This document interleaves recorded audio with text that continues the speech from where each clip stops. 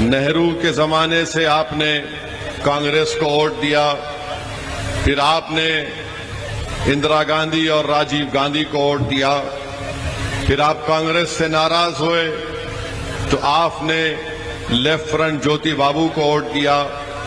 जब आप लेफ्ट से नाराज हुए तो आपने टीएमसी को वोट दिया।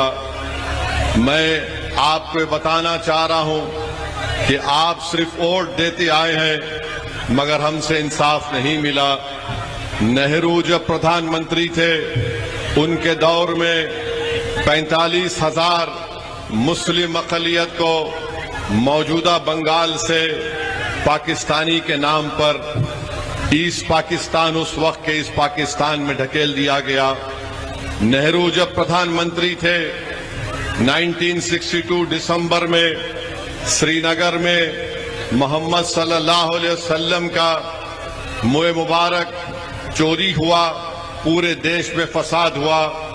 तारीख ये बताती है कि मौजूदा बंगाल से 8 लाख मुसलमानों को मौजूदा बांग्लादेश में ढकेल दिया गया। आपने देखा कि लेफ्ट फ्रंट की हुकूमत बनी, सच्चर कमेटी ने बता दिया कि लेफ्ट फ्रंट ने मुस्लिम अक़लियत से इंसाफ नहीं किया।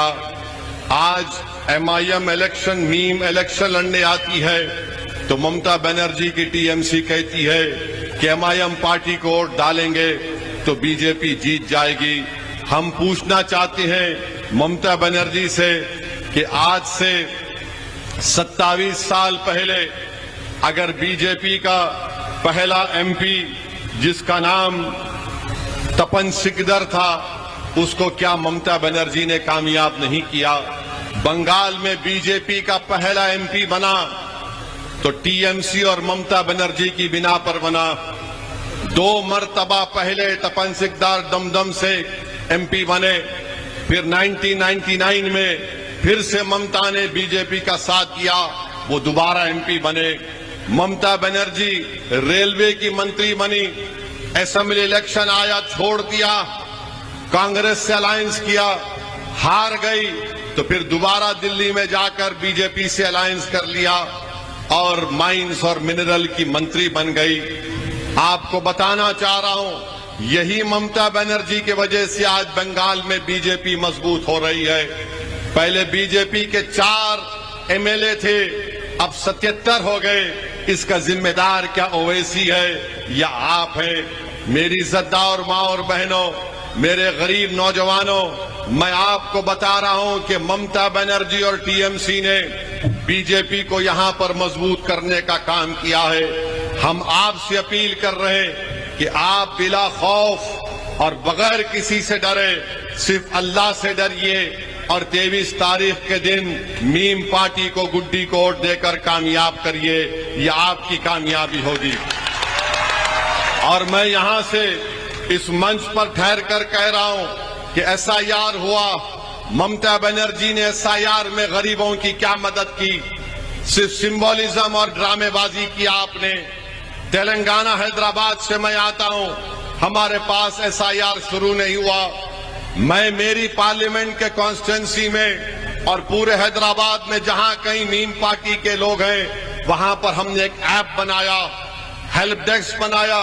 2002 का वोटर लिस्ट फोन में डाल कर दिया और 2024 का दिया ताकि मीम के वर्कर अराकीन उसका मैपिंग कर सके। ममता बनर्जी ने कुछ नहीं किया, सिर्फ बोल रही है कि ऐसा हुआ। यकीनन 90 लाख नाम SIR में काटे गए। बोलो ममता बनर्जी, तुम मुख्यमंत्री हो, तुम्हारी सरकार ने गरीब लोगों के नाम को बाकी रखने के लिए तुमने क्या किया? अरे तुम तो सिर्फ ड्रामेबाजी और एक्टिंग करती हो। रमजान की ईद आई तो तुम ईदगाह के सामने खड़े होकर हाथ उठाकर दुआ करते हैं, मगर बताओ गरीब मुसलमान को कौन सा फायदा होता है? क्या ये बात सच नहीं है कि मुर्शिदाबाद जिले के 16 लाख बच्चे कभी हैदराबाद तो कभी दिल्ली तो कभी मुंबई तो कभी दुबई में जाकर काम करते हैं? बताओ उन गरीबों को रोकने के लिए आपने क्या किया मुर्शिदाबाद में? मुर्शिदाबाद का नौजवान बच्चा दुबई में जाकर बहुत मशहूर बिल्डिंग बुर्ज खलीफा को बनाता है, मगर ममता बनर्जी मुर्शिदाबाद में कोई काम नहीं कराती, इंडस्ट्री नहीं है। यहां पर हमारी माँ और बहनें क्या करती हैं, 195 रुपये लेकर 1000 बीड़ी बनाती है। ममता बनर्जी, क्या तुमने कभी यहां पर जब मुर्शिदाबाद को तुम आए थे तो क्या कभी आपने उन गरीब महिलाओं की उंगलियों को देखा कि बीड़ी बनाते बनाते उनकी उंगलियां सड़ जाती हैं? मगर आपको सिर्फ वोट से मतलब है। ममता बनर्जी को मुर्शिदाबाद या कांडी की जनता से मोहब्बत नहीं। ममता बनर्जी आपको सिर्फ एक दूध देने वाली गाय समझकर वोट हासिल करना चाहती है और वोट डालते रहो और ममता बनर्जी बोलेगी मैं बीजेपी को रोकूंगी। कहां रोक पा रहे हैं आप बीजेपी को? बंगाल में बीजेपी आगे बढ़ गई है। तो मेरे अजीज दोस्तों और बुजुर्गों, नरेंद्र मोदी और ममता बनर्जी एक सिक्के के दो रुख हैं। ये भाई बहन है, याद रखिए। दोनों ड्रामा कर रहे हैं, बंगाल की जनता को धोखा दे रहे हैं। अंदर से ये लोग मिले हुए हैं और इल्जाम मजलिस पर लगाते हैं। अरे आप बता दो, पूरे मुर्शिदाबाद में जितने ब्लॉक हैं जहां पर 50% से ज्यादा मुसलमानों की आबादी है, वहां पर अस्पताल नजर नहीं आता, वहां पर स्कूल नजर नहीं आता, बच्चे स्कूल के बाहर नजर आते, उन ब्लॉकों में नौजवान बच्चे नजर नहीं आते, क्योंकि वो भारत के कोने कोने में जाकर अपने घर में चिराग जलाने के लिए काम करते हैं। 16 लाख मुर्शिदाबाद के नौजवान मुर्शिदाबाद में नहीं है, क्योंकि ममता बनर्जी इंडस्ट्री खोलती है तो कोलकाता के अतराफ खोलती है। SEZ खोला जाता तो कोलकाता के अतराफ में खोला जाता। अरे यही मुर्शिदाबाद के लोगों को अगर एयरपोर्ट जाना है तो 300 किलोमीटर दूर एयरपोर्ट के लिए जाना पड़ता है। मुर्शिदाबाद की जनता, कांडी की जनता, हम आपसे अपील कर रहे हैं कि 23 तारीख के दिन मीम पार्टी को वोट दो। डरने और घबराने की जरूरत नहीं है। अगर कोई गुंडागर्दी करके समझता है कि हम डर जाएंगे तो सुन लो, पूर्व सरकार और तुम्हारे भाई से कह रहा हूं, सुन लो, हम सिर्फ अल्लाह से डरने वाले हैं। ना हम मोदी से डरते, ना शाह से डरते, ना ममता बनर्जी से डरते हैं। अगर तुम जुल्म करोगे तो तुम्हारा जुल्म खत्म होगा इंशाअल्लाह ताला। यकीनन नरेंद्र मोदी की सरकार ने संविधान के खिलाफ वक्फ का कानून बनाया। आपने देखा होगा पार्लियामेंट में, अगर मोदी की आंखों में आंखें डालकर मोदी की तरफ देखकर अगर किसी ने कहा ये वक्फ का कानून हमारी मस्जिद को छीनने का कानून है, और मोदी के सामने ओवैसी ने उस कानून को फाड़कर पार्लियामेंट के ऊपर फेंक दिया। वहां पर ममता बनर्जी ने क्या कहा? ममता बनर्जी ने कहा था कि मैं वक्फ के कानून को बंगाल में चलने नहीं दूंगी। आज वही ममता बनर्जी झूठी साबित होती है और वक्फ के कानून को लागू करती है। सौों में ही हजारों वक्फ की जायदाद का रजिस्ट्रेशन नहीं हो रहा है बंगाल में। इसकी जिम्मेदार टीएमसी पार्टी है। ये सिर्फ धोखा देने का काम करती है। अरे हर तरफ विकास का काम होता है और करप्शन तो, रिश्वत तो इतना आम हो गई कि ट्रक ओवरलोड अगर होता है तो रेट फिक्स है, 4,500 रुपये देना पड़ता है, टैक्स देना पड़ता है, टीएमसी टैक्स उसको कहते हैं। ट्रक जाता है 4,500 रुपये दो। और मैं बताना चाह रहा हूं, यहां पर बैठकर हमारे भाई इस्माइल से कह रहा हूं, इस्माइल तुम जहां कहीं भी हो ओवैसी तुमसे हाथ मिलाने को तैयार है, तुमको डरने की जरूरत नहीं है। अगर यह पूर्व सरकार तुमसे हाथ नहीं मिलाया इस्माइल तो कोई बात नहीं, तुम्हारा और मेरा दिल मिला हुआ है। तुम जब कभी भी बोलोगे ओवैसी तुम्हारे घर को आकर तुमको अपने सीने से लगाने को तैयार है। मैं यहां पर खड़े होकर सद्दाम से कह रहा हूं, सद्दाम तुमने पूर्व सरकार के भाई के पैर दबाकर रो रहे थे, खुदा की कसम सद्दाम तू अब नहीं रोएगा। जो लोग सद्दाम को रुलाए हम उनको रुलाएंगे 23 तारीख के दिन। गुड्डी पर बटन दबाकर इस्माइल को जो रोना पड़ा, इस्माइल को हाथ नहीं मिलाया गया। आप अपना एक वोट गुड्डी पर बटन दबा कर दीजिए। मुर्शिदाबाद को डेवलपमेंट करवाना है, अस्पताल बनाना है, स्कूल बनाना है। यहाँ पर हमारी बहनों के लिए, जो हमारी बहनें डिलीवरी करती हैं, उनके लिए अस्पताल नहीं है। 11 साल से आप टीएमसी को वोट दे रहे हैं। ममता बनर्जी कुछ नहीं कर सकती, सिर्फ आपका वोट हासिल करना चाहते हैं। बताइए, इतना बड़ा इलाका है, क्यों नहीं ममता बनर्जी ने यहाँ पर एक मुस्लिम अकलियत को अपना उम्मीदवार बनाया? 3 मर्तबा का विधायक है अपूर्वा सरकार, मगर कांडी में तुमने क्या काम किया? तुमने कुछ काम नहीं किया।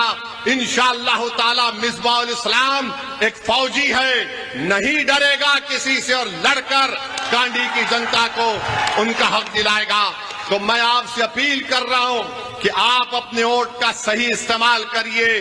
जो लोग मीम पार्टी पर उंगलियां उठाते हैं, याद रखो, मैं भारत के कोने कोने में अगर जाकर अपनी पार्टी का अगर प्रचार करता हूं तो सुन लो जालिमों, मैं कोई चमन से चलकर नहीं आया हूं। मेरे आबो अजदाद जब मीम पार्टी का आगाज आज से 70 साल पहले किए गए थे, तो हमारे पार्टी के फाउंडर अब्दुल वाहिद ओवैसी को उस वक्त की कांग्रेस की सरकार ने 11 महीने जेल में रखा।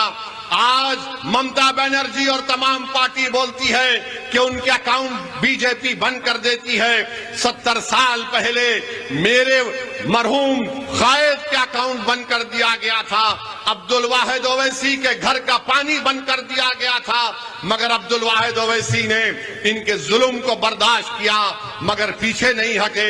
मेरे वालिद सलाहुद्दीन ओवैसी पर इल्जाम लगाया गया, मगर सलाहुद्दीन ओवैसी ने हैदराबाद के मुसलमानों के लिए मेडिकल कॉलेज बनाया, इंजीनियरिंग कॉलेज बनाया, MBA MCA school of architecture nursing college बनाया। 40 साल में ओवैसी मेडिकल कॉलेज से, डेक्कन मेडिकल कॉलेज से 40,000 मुस्लिम बेटियां और बच्चे डॉक्टर बनकर निकलकर देश में और विदेश में जाकर इस देश का नाम रोशन कर रहे हैं। ये हम कर रहे हैं। याद रखो, तुम कुछ भी कर लो, मौत मुझे रोक सकती है, मगर जब तक जिंदा रहूंगा इंशाअल्लाह ताला बंगाल में मुस्लिम अकलियत की एक आजाद पॉलिटिकल एजेंसी बनेगी और यहां पर हमारा भाई इंशाअल्लाह ताला मिसबाहुल इस्लाम कामयाब होगा। तो मेरे अजीज दोस्तों और बुजुर्गों, डरने और घबराने की जरूरत नहीं है। SIR में जिसका नाम नहीं आया, उनकी लड़ाई मीम पार्टी लड़ेगी, उनका नाम डलवाएगी दोबारा वोटर लिस्ट में। मोदी को रोकिए जरूर, लागू करना चाहते हैं, संविधान के खिलाफ काम कर रहे हैं, मगर बताइए मस्जिद किसकी टूट रही है? ममता बनर्जी की मस्जिद नहीं टूट रही है। किसका नाम SIR में सबसे ज्यादा निकाला गया? तो उसका नाम होगा मिसबाहुल इस्लाम खान का। बताओ ममता बनर्जी का क्या नुकसान है? इसका पावर अगर चले भी जाएगा तो वो क्या करेगी? घर में बैठेगी या बीजेपी से मिल लेगी? बताओ आपका हमारा क्या होगा? कौन तुम्हारी आवाज बनेगा? आने वाले मुस्तकबिल में कौन आपको रास्ता दिखाएगा? तो इसीलिए हम आपसे कह रहे हैं कि मीम पार्टी को वोट दीजिए और आपका इत्तेहाद यहां पर कांडी में एक इनकलाब बर्पा कर दीजिए, एक नया इनकलाब लिखिए। अपूर्वा सरकार को आपने 3 मर्तबा मौका दिया, अब दोबारा उसको मौका मत दीजिए। मिसबाहुल इस्लाम खान को कामयाब करिए। कांग्रेस पार्टी नहीं कर सकती कुछ, कांग्रेस पार्टी कुछ नहीं कर सकती। डॉक्टर साहब आ रहे हैं, डॉक्टर साहब के पास बहुत दौलत है, कोई बात नहीं, मगर वोट नहीं ले सकते। अगर यहां पर आपको मिसबाहुल इस्लाम खान को कामयाब करना है, बीजेपी को रोकना है, अपूर्वा सरकार को हराना है और कांडी की जनता को कामयाब करना है, गरीब के बच्चे के मुस्तकबिल को अच्छा करना है, मां और बहनों के ख्वाबों को पूरा करना है, बुजुर्गों को हिम्मत दिलाना है, तो मीम पार्टी को गुड्डी पर बटन दबाइए और अपनी पार्टी को कामयाब करिए। क्या आप करेंगे? इंशाअल्लाह। आप डरेंगे तो नहीं ना? कितने लोग नहीं डरेंगे? हाथ उठाओ तो लगाओ मेरे साथ नारा, नारे तकबीर, नारे तकबीर, नारे तकबीर। मीम पार्टी जिंदाबाद, मीम पार्टी जिंदाबाद।